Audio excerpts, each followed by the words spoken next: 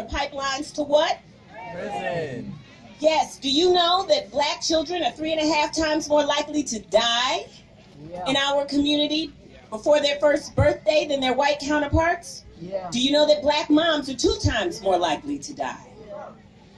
Did you know that 1 out of every 2, that is squarely 50% of all black children under the age of 6 in St. Louis City and County live in what? Poverty.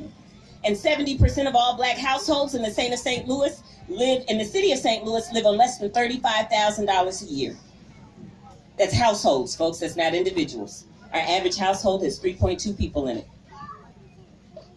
Do we have what? Work to do. We have work to do. And yet there's been so much work that has been done.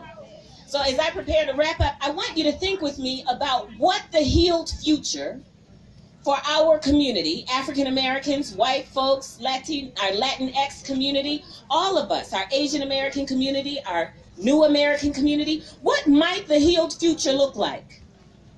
Our indigenous brothers and sisters said that if you ever want to think about change, you don't think about it in terms of the next 10 years. You take the long view and you think with regard to the next 500 years. Are we planting the kinds of seeds that will bear fruit 500 years from now so that those who are gathered on this site, who are participating in cultural memory activities, will be able to see the fruits and will say, look at what has happened. What might the healed future be? So I just want you to take a moment, turn to your neighbor, and tell them one thing that you would like to see in the healed future. One thing. Turn to your neighbor. Go ahead. This is a real activity. I'm not going to grade you, but turn to your neighbor. Come on. Right.